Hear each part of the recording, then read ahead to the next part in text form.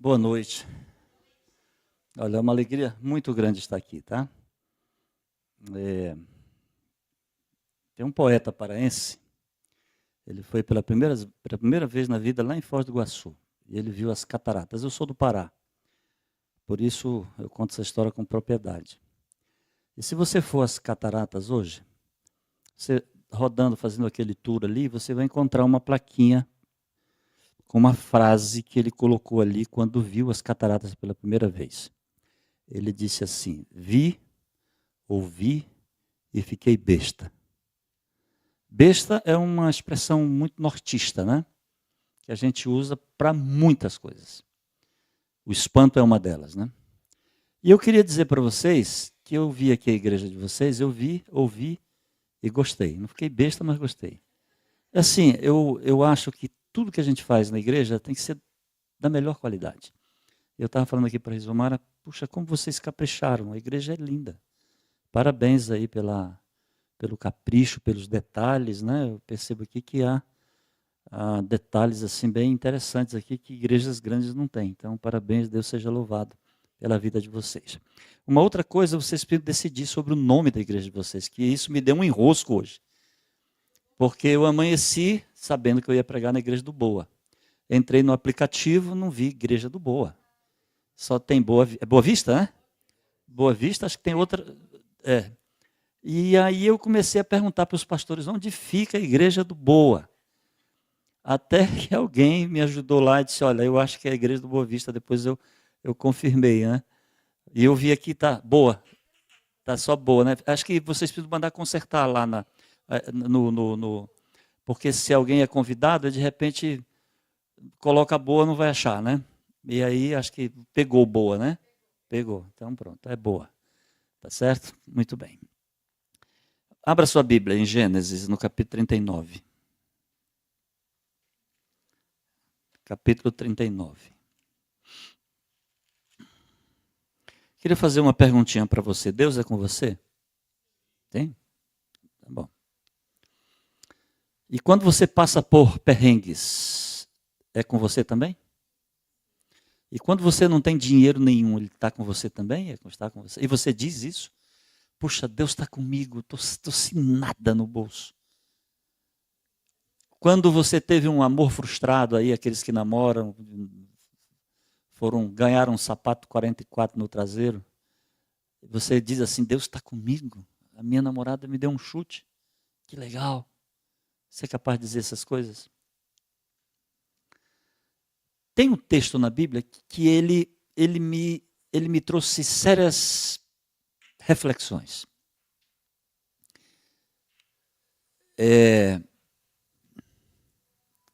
Eu até diria contrações intelectuais. Porque assim, eu não sei como é que você lê a Bíblia. Eu vou dizer como hoje eu li a Bíblia de três formas na minha vida. A primeira delas por obrigação. Meu pai, carrasco, durão, patriarcal, saiu do cangaço, mas o cangaço não saiu dele. Ele obrigava a gente a ler. Foi uma fase terrível. Depois que fiquei adolescente, eu comecei a ler por competição. Eu não sei quantos de vocês aqui fazem ano bíblico assim, começando Gênesis no dia 1º de janeiro e terminando no último dia de dezembro, em Apocalipse 22.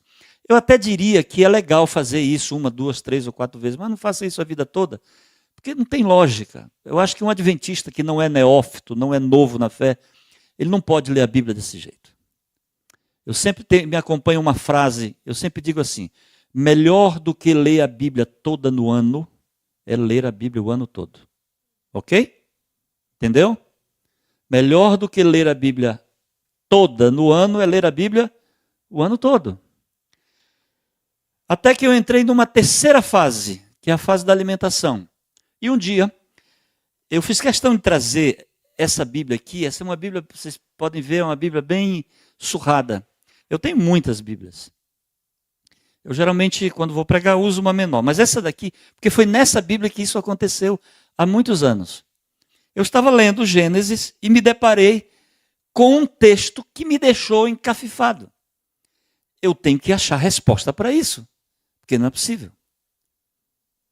Vamos fazer aqui vamos imaginar, digamos que por uma circunstância perversa de alguma situação, de algum parente, de algum amigo, você ficasse mais de 20 anos longe da sua família. Digamos que, além de ficar 20 anos longe da sua família, você não os vê desde os 17 anos. Digamos que nesse inteirinho alguém prende você injustamente e você fica preso, acusado de estupro. Imagine que você vira escravo. No final disso você poderia dizer assim: Deus está comigo? É meio complicado isso, né? Porque leia comigo aí Gênesis capítulo 39. Esse capítulo fala sobre José. Vejam, José foi vendido aos 17 anos de idade, foi preso por acusação de uma tarada vagabunda, acusou ele de intenções sexuais com ela, quando na realidade não tinha nada a ver. Ele ficou mais de 10 anos servindo de trabalho para o seu líder Potifar. E no final de tudo isso, a Bíblia diz assim, vejam o verso 2 aí, o que diz o verso 2? As primeiras palavras. Senhor estava. Tem uma outra tradução que diz assim, o Senhor era com José. Veja o verso 21. O que diz aí no verso 21? Capítulo 39. O Senhor, porém, era com José. E é interessante que o verso 23 fala a mesma coisa. Eu digo, não está certo isso. Como é que Deus pode ser com alguém e alguém sofrer tanto? Não está legal isso. Eu tenho que achar uma resposta. E eu fiquei estudando esse texto por 3 meses. Só esse texto. Mas eu não fiquei só lendo o Senhor é com José. Eu fui para profecia, eu fui para dicionário bíblico, eu fui para comentários bíblicos, eu fui pesquisar, eu li detalhadamente, de forma cheia de escrutínio, eu li a vida de José.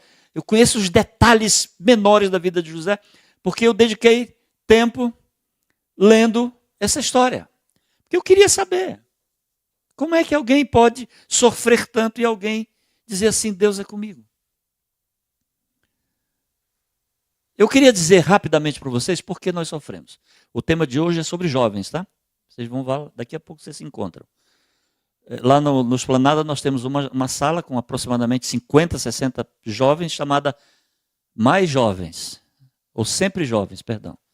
Que é jovem de 60, 70, 80. Tem uma de jovens até 30 anos também.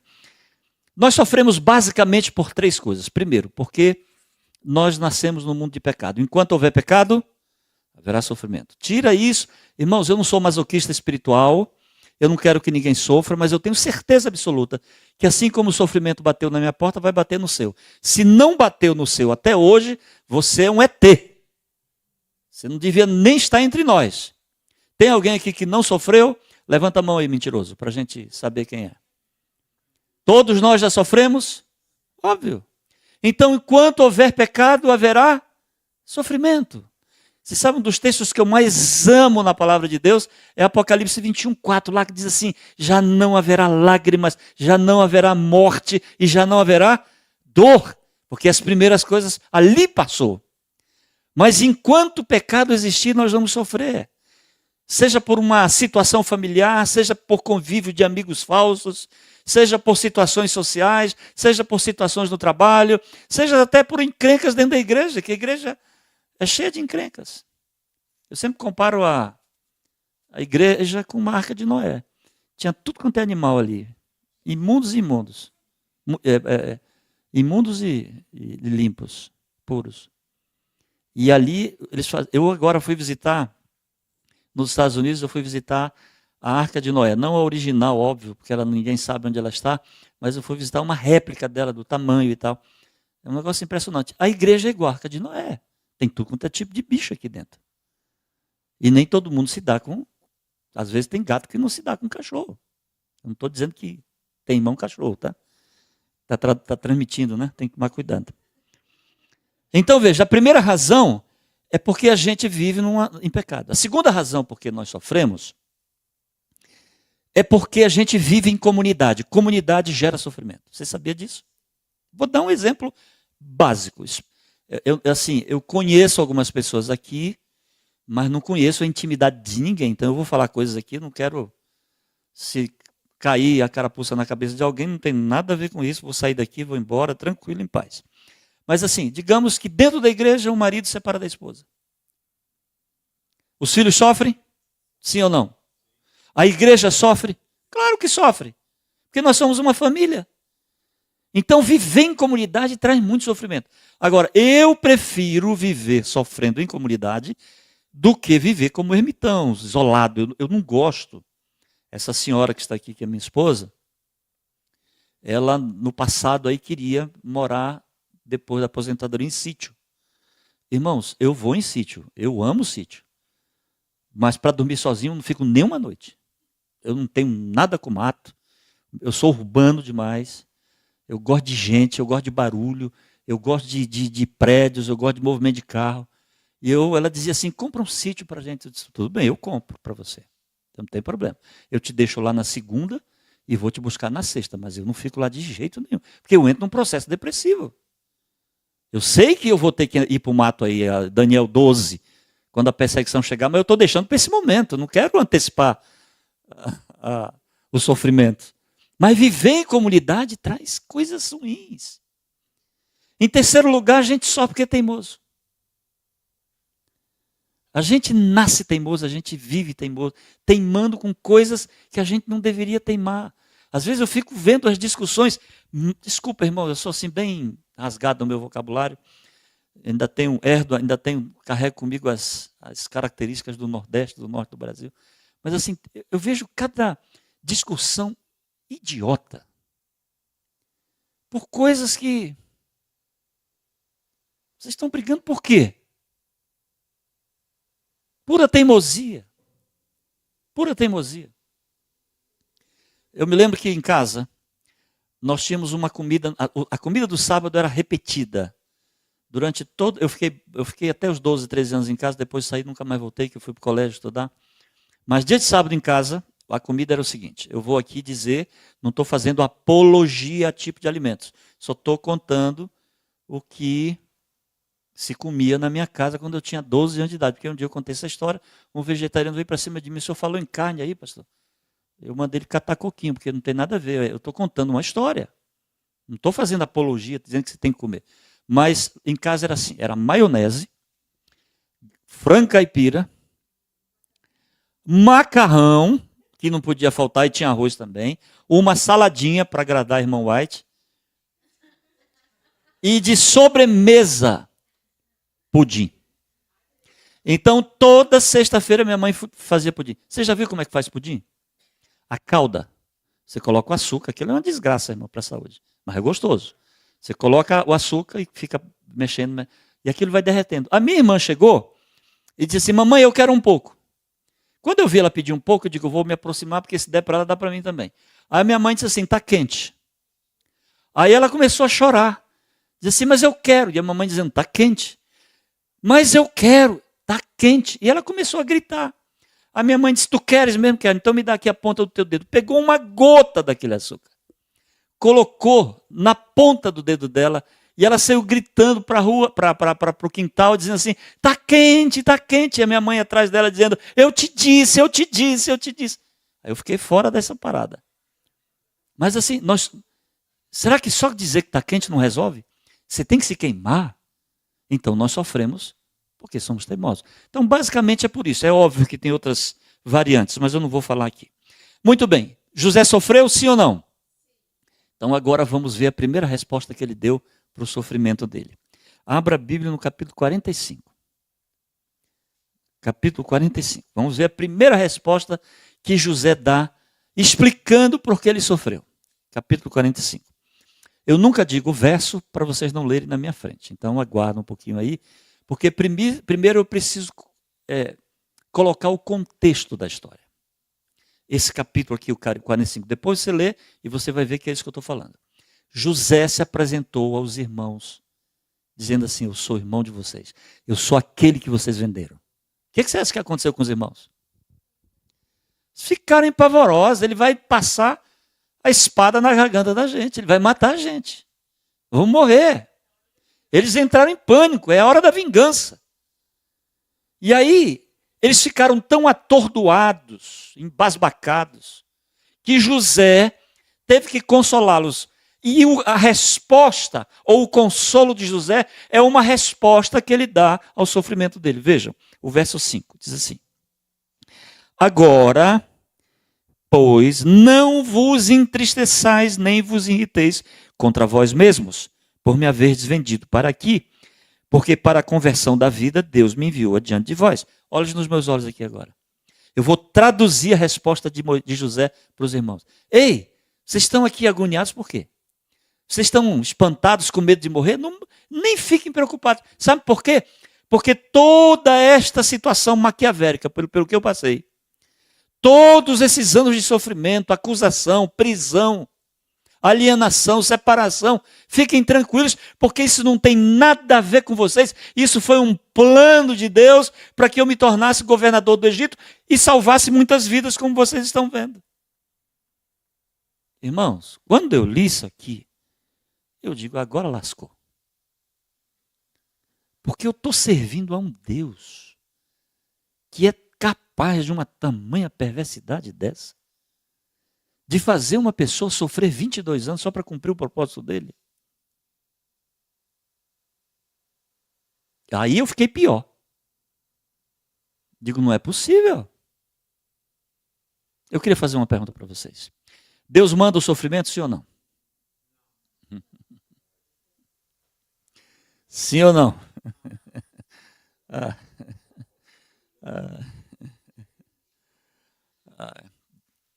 Lembram que Jesus, o povo de Israel estava apostatado. E ele mandou Jeremias dizer, olha, eu vou aqui fazer um murinho aqui, olhem para cá. Se vocês não se arrependerem, eu vou destruir. Aí ele destruiu os tijolos que ele colocou, só para dar um exemplo, vou destruir essa cidade, se vocês não se arrependerem. Sabe como é que Deus chama a Babilônia? O meu servo. Quem mandou Babilônia? Foi Deus. Então Deus manda o sofrimento? Manda. Mas calma lá. Mas ele manda com um propósito definido. Ele manda com um propósito definido. Um dia uma irmã chegou para mim, lá em Redenção no Pará, e disse assim, pastor, ore pelo meu filho. Eu disse assim, irmã, eu cobro. Aí ela olhou para mim, sério, pastor, sério, irmã, eu cobro. É tanta gente pedindo, né? Eu cobro. Aí ela disse assim, quanto é, pastor? Eu disse, eu cobro só o endereço, porque para todo mundo que eu oro, eu desenvolvi um ministério por muito tempo. Para todo mundo que me pedia oração, eu escrevia para a pessoa. Hoje eu não faço mais isso. Hoje a gente tem outros meios, né? Tem Facebook, tem WhatsApp, tem. Mas eu escrevia cartas, né? Aí ela disse, ai pastor, que alívio. Aí ela disse assim, mas por que você quer que eu ore pelo meu filho? Porque eu estou orando por ele há 20 anos, ele não se converte. Como é que a senhora está orando por ele? Pastor, eu oro por ele. Não. Eu quero ouvir. Ora aí para mim ver como é que a senhora ora pelo seu filho. Eu quero ouvir. Aí ela disse, ai pastor, fazendo na sua frente, sim, ore pelo seu filho aí. Vou fechar meus olhos aqui, feche o seu, ore aí. Senhor, traz o meu filho para a igreja, Senhor. Ele está fora da igreja há 20 anos. Tá? Tem misericórdia dele. Eu sofro tanto como mãe. Em nome de Jesus, amém. Mais ou menos assim. Eu disse assim, está orando errado. Sabe quando seu filho vai voltar para a igreja? Talvez nunca.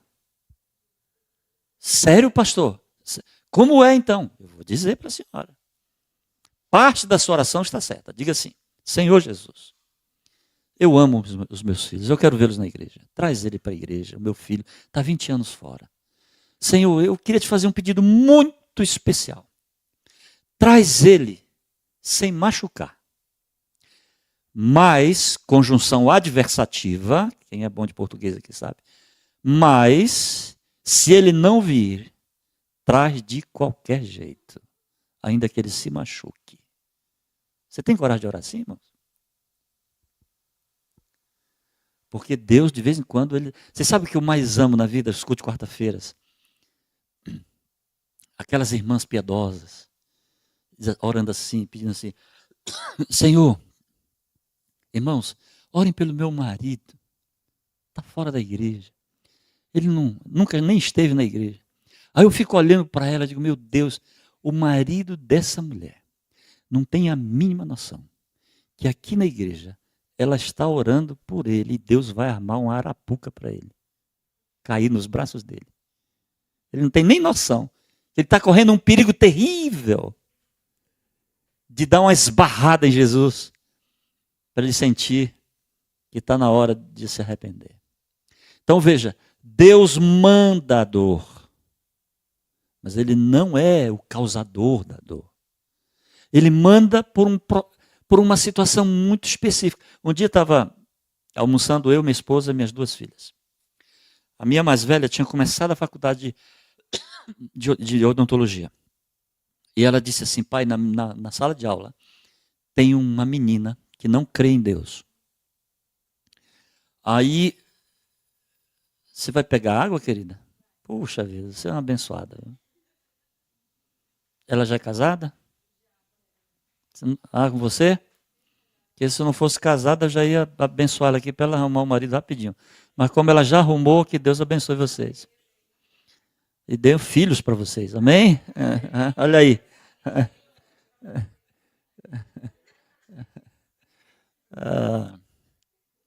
O que é que eu estava falando? Sim, estávamos almoçando.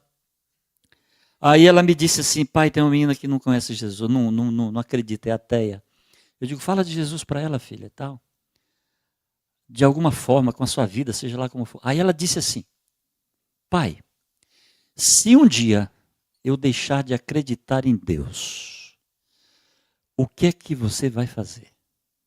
O que você responderia, irmãos? Eu vou dizer o que eu disse, aqui está minha esposa como testemunha. Eu disse assim, eu quero que você morra antes. É duro isso, irmãos? É duro. A minha esposa me olhou com os olhos assim, me amaldiçoando, até a 3ª geração. Mas eu quero dizer para vocês que eu prefiro perder minha filha por uns dias do que perder para a eternidade. É por isso que você tem que ter coragem de colocar algumas coisas diante de Deus. E é por isso que Deus também não responde algumas orações. Porque a gente ora com medo e com egoísmo. É óbvio que eu não quero que a minha filha morra, não quero nem pensar nisso. Então veja, a primeira resposta de José, eu não vou nem perguntar, porque talvez aqui muita gente vai errar, está completamente equivocada. Eu digo, meu Deus, esse cara colocou isso aqui, e agora como é que eu vou sair dessa enrascada? Aí eu continuei lendo detalhadamente a história de José. Meu Deus, abre a minha mente e me mostra respostas. Aí aconteceu um segundo episódio lá no capítulo 50. Vamos para lá. Não vou demorar muito mais não, tá, irmãos? Fiquem tranquilos. Lá no capítulo 50. Olha aqui. Deixa eu contar o contexto aqui. Por que os irmãos ficaram com medo lá no primeiro momento? Porque José disse, eu sou irmão de vocês. Lembra que vocês me venderam? Pois é, eu sou irmão de vocês. Ai, meu Deus, vai matar. Acontece aqui um segundo episódio. E é por isso que desencadeia, assim, muitas pessoas, um processo depressivo. Porque anos depois, sabe o que acontece? Jacó morre. Sabe o que os irmãos articularam e pensaram? Ele não nos matou no dia que ele se revelou para a gente, porque papai estava vivo. Mas agora papai morreu, não tem nada que impeça que ele não mate a gente. Você viu que é um sentimento de culpa por anos e anos e anos e anos e anos e anos? E a pessoa não consegue se desvencilhar disso. Sabe por quê você tem que se batizar? Porque não existe pecado que Deus não perdoe. Sabe qual é o problema? Eu vou dizer qual é o problema. O problema é que Deus perdoa, mas as pessoas não perdoam. Agora você mande as pessoas, irmãos, catar coquinho lá no Maranhão. Esses que ficam acusando. Porque nós seremos salvos não porque as pessoas... Perdão, vou refazer. Nós não nos perderemos não porque as pessoas ficam lembrando dos nossos pecados, mas porque Jesus diz assim no livro de Hebreus, dos teus pecados eu já não me lembro mais. Isso não é bom. Deus tem amnésia? Sim ou não? Não, mas ele introjeta nele uma amnésia para que ele não lembre do meu e do seu pecado, porque se ele lembrar, a gente está ferrado. Aí ele diz assim, eu vou esquecer. E você fez isso para mim. E tem gente que fica aguardando, né? Principalmente as esposas. As esposas têm um problema terrível com isso, irmãos. Às vezes eu estou aí, irmã, e aí? Não, pastor, aconteceu isso. Quanto tempo faz? Ah, faz 8 anos. Esquece isso. De vez em quando elas tiram a carta de... Está pensando que eu esqueci? Um dia eu estava lá em Bauru. Preguei sobre o perdão na igreja da minha filha. E um irmão, à tarde, me procurou e disse assim, pastor, eu cometi um pecado há 20 anos atrás. Eu procurei uma mulher que não era minha esposa, mas eu nunca esqueci da expressão que ele usou. Eu não sou safado, pastor, eu só caí. Pedi perdão e ela disse que me perdoa, mas não tem nenhum dia sequer que ela não fale. Hoje, depois do seu sermão, na sala da nossa casa, na frente do meu sogro, da minha sogra, dos meus filhos, como o senhor falou sobre o perdão, eu disse assim, viram que sermão lindo que o pastor Ezequias pregou? Ela disse assim, tu pensa que com isso tu vai fazer eu esquecer o que tu fez comigo 20 anos depois? Irmãos, nós pastores, nós somos conciliadores. Mas eu tive uma vontade tão grande de dizer para aquele homem, larga esse negócio, manda essa mulher para longe. Te livra disso, porque o que é viver atormentado 20 anos, a pessoa cutucando na mesma ferida? É óbvio que eu não disse, porque nós não dizemos. Mas que eu tive vontade, eu tive.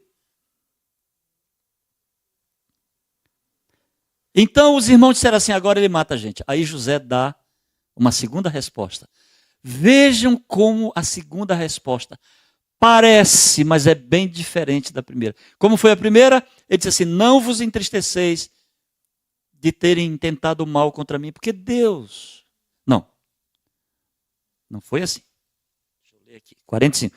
Não vos entristeceis, nem vos irriteis contra vós mesmos, por me haverdes vendido, porque para cá o Senhor me mandou para verdes o que acontece agora. Agora vamos ao 50, verso 20. Vós, na verdade, olha como ele agora começa já acusando os irmãos. Vós, na verdade, intentastes o mal contra mim. Opa, mudou ou não mudou? Ele está acusando os irmãos agora. Vocês intentaram o mal contra mim, porém Deus transformou em como verdes agora, para que se conserve muita gente em vida. Então ele muda. Ele não diz, não, fiquem tranquilos, não fiquem tristes. Isso aí foi plano de Deus para que eu me tornasse. Aí ele muda, ele diz assim, ei, vocês são safados. Vocês intentaram o mal contra mim. Mas eu não vou fazer nada com vocês, porque Deus transformou toda essa desgraça em bem. E aí? Bateu a resposta?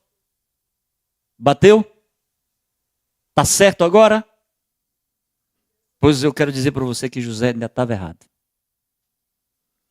Estava errado. Eu não me conformei com isso, irmãos. Eu quero mais respostas. Mas eu fui no Espírito de Profecia, em comentários bíblicos, eu descobri por que José sofreu. E eu termino dizendo por que José sofreu. José sofreu por 3 motivos básicos. Primeiro, José sofreu por causa do seu pai. E Jacó foi um pai irresponsável. Porque para Jacó, para José, era o iPhone 16 Pro Max. Para os irmãos, eram os xing-lings da vida. Para José, era a capa de couro da Pierre Cardin. Mas para os irmãos, era do Pierre Fardão, das Dorcas, da Asa. E tem uma coisa, olha, eu queria que você levasse isso para a vida, vocês jovens. E o que eu vou dizer aqui é um conceito bíblico, mas que serve para todas as áreas da vida, inclusive para a administrativa, tá? Pessoas diferentes não se tratam iguais, correto? Eu tenho 2 filhas, uma completamente diferente da outra. Uma é mais calminha, mais tranquila, mais tranquilinha, mais caladinha. A outra é resposta na lata. Geninho, não faça isso. Por quê? Por que não? Porque não é resposta, pai. Me explica. Se eu falasse para o meu pai, ele me dá um tapa na cara para nunca mais eu perguntar na vida. Mas ela não, ela pergunta. Você acha que eu ia tratar as duas iguais? Sim ou não? Não posso. A intervenção tem que ser diferente para as duas. Mas escuta só. Jacó fazia isso, mas ele fazia algo terrível. Ele tratava diferente e amava diferente. Pais podem tratar filhos diferentes, mas não podem amar diferentes. Você tem que amar o rebelde do mesmo jeito que ama o bonzinho. Isso é uma baita irresponsabilidade de alguns pais que, de forma muito clara, mostram a preferência pelos filhos. Esse aqui sim, esse aqui não. Ainda que eles digam entre eles, porque todo filho diz isso, mamãe gosta mais do fulano, papai gosta mais. Ainda que os filhos digam isso, isso não pode se constituir uma verdade. Pais precisam tratar seus filhos. Atenção, papai, você que é papai, você que é mamãe, muito cuidado na educação do seu filho. A mãe ama, e ela ama, e ela ama, e ela ama, e ela abraça, e ela dá à criança a vida. Mas quem dá sentido à vida é o pai. E Freud já explica um pouquinho esse negócio. Os meninos precisam saber que o pai é o sacerdote, que a mãe é uma princesa. Eles precisam de fazer essa detectação disso aí. Então, a primeira razão porque José sofreu é porque o pai era irresponsável. A segunda razão, olha como as coisas começam a aparecer. Mas isso só se descobre estudando. Segunda razão porque José sofreu é porque José era um X9. Já ouviram falar nisso? X9? Lá no norte do Brasil a gente diz assim, cagueta. Eu não sei se conhece essa expressão. Um cagueta, dedo duro. Vejam o capítulo 37 de Gênesis. Gênesis 37, verso 2. Diz assim, olha aqui comigo na tela. Esta é a história de Jacó, tendo José 17 anos, apacentava os rebanhos com seus irmãos, sendo ainda jovem. Acompanhava os filhos de Bia e os filhos de Zilpa, mulher de seu pai. E trazia o quê? O que José trazia? Fofoca! Vou dizer uma coisa agora, atenção, irmãos. Os grandes fofoqueiros da igreja, eu sei que no Boa não tem, mas os grandes fofoqueiros da igreja são fofoqueiros porque tiveram pais que admitiram isso na infância. A nossa fase de adultos, é um reflexo daquilo que nós trouxemos da nossa herança sociológica e psicológica. Pavlov e Freud explica isso. Das coisas de rua, das coisas de cama, de mesa.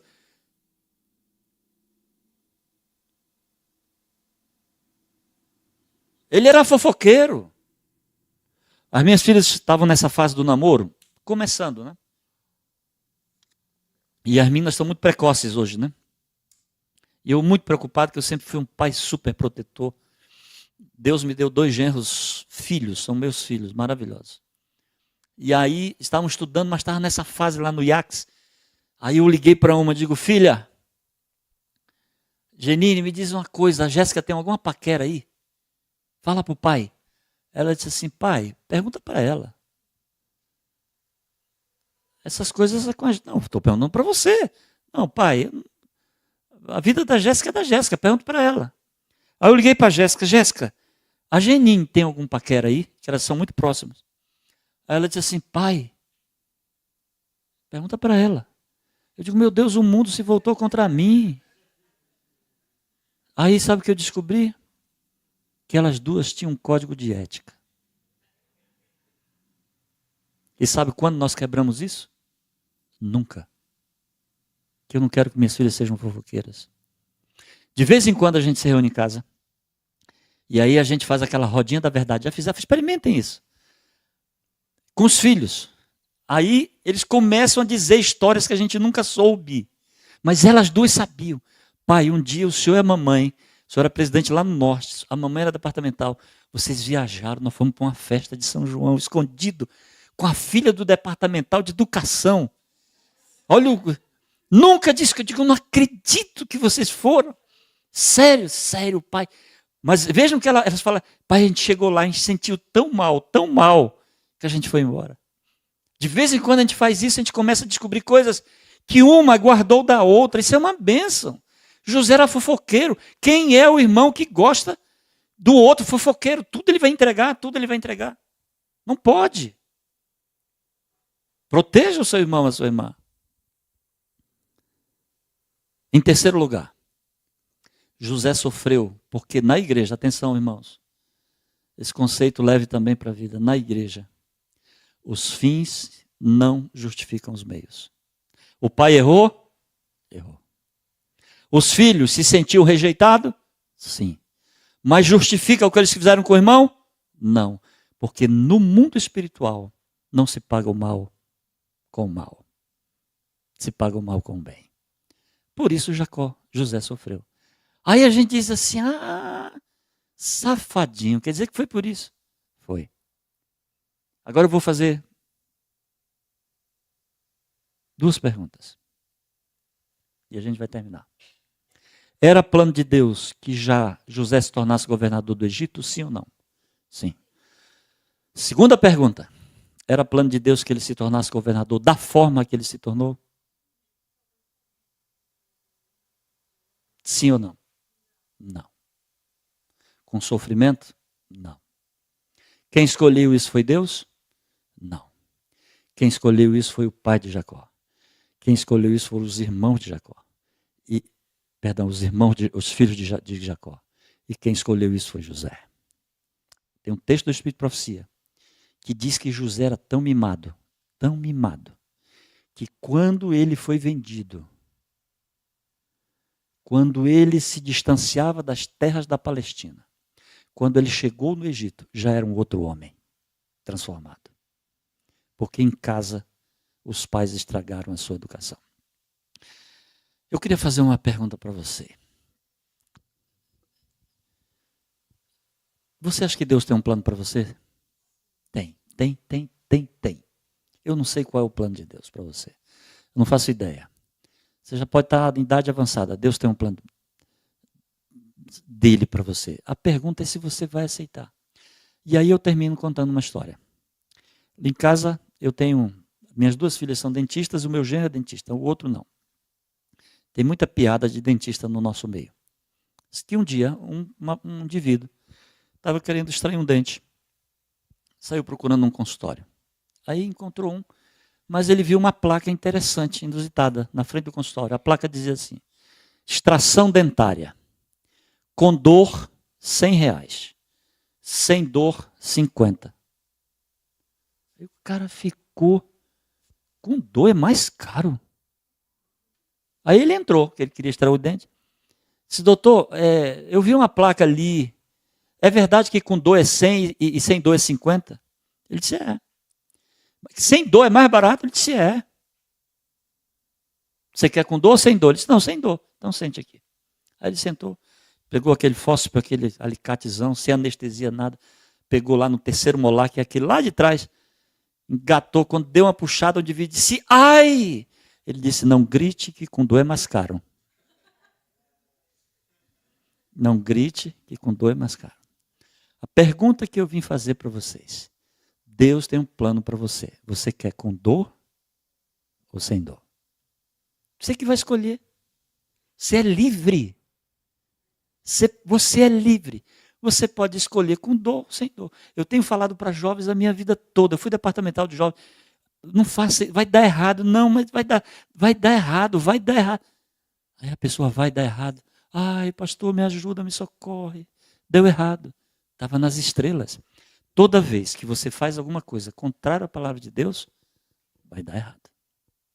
Então a melhor coisa é dizer assim, Senhor, aqui estou eu. Cumpra o teu plano em mim. Eu gostaria que esse plano não passasse por momentos de sofrimento. Mas se eu tiver que passar por momentos de sofrimento, eu prefiro o teu plano com dor do que cumprir o meu de forma mais tranquila. Porque o final de tudo é melhor. Quando a gente abraça o plano de Deus. Posso contar só uma historinha? Mas fiz um funeral, aliás, 2. Fiz o funeral do irmão Lima, que foi ancião do Esplanada, e fiz o funeral de um primo que pulou do 14º andar, autista 3º grau, nível 3. Só com a família. Mas disse que uma diaconisa pegou câncer. Aí ela chamou o pastor. Essa história está num livro chamado Construindo Pontes, do pastor Mark Philly. E aí ela disse, pastor, eu vou morrer, mas eu queria já combinar o meu funeral com você. Vejam, inclusive, aqueles que leem jornal, a diferença do funeral da Preta Gil, né? Que hoje teve o funeral dela, pediu para todo mundo ir de branco, vocês sabem por quê, né? Por causa dos orixás, né? Mas no caso dessa irmã, ela disse, olha, eu quero ser enterrada com o vestido azul das diaconisas. Eu quero o bottom da diaconisa bem grandão. Eu quero que você cante esses hinos. E eu quero que você faça um sermão baseado nesse texto. Aí o pastor disse, mas irmã, a senhora não vai morrer. Pastor, eu sei que eu vou morrer. Faça isso, por favor. E eu tenho mais um pedido diferente. Qual é? Coloque uma colher de sobremesa na minha mão, dentro do meu caixão. Todo mundo ficou assim. Uma colher de sobremesa e coloque um diácono do lado. Porque todo mundo vai passar e vai perguntar, o que essa colher de sobremesa está fazendo aí? E eu quero um diácono para explicar para todo mundo. Ela morreu. Colocaram vestidas diaconisas, o bottom, cantaram os hinos. E na hora de passarem por perto, lá estava a colherzinha de sobremesa na mão dela, dentro do caixão. E um diácono perto. Aí a pessoa perguntava, tira uma curiosidade. Por que ela está com essa colher de sobremesa na mão? Aí o diácono dizia, sim, vou explicar para você. É que ela morreu sabendo que o melhor vem depois. Ela morreu sabendo que o melhor vem depois. E o plano de Deus é o melhor para mim e para você. Nós vamos ouvir a Duda cantar de novo. Esse hino fala de que o Senhor sonda o nosso coração. Peça para Ele sondar. Peça para Ele entrar e descobrir os seus sonhos. E se for da vontade dEle, que os sonhos de Deus, que os seus sonhos sejam os de Deus. Mas se os seus não forem os de Deus, diga, Senhor, eu com toda alegria no meu coração, vou me adaptar aos teus sonhos, porque eu quero cumprir a tua vontade. Amém? Vamos ouvir.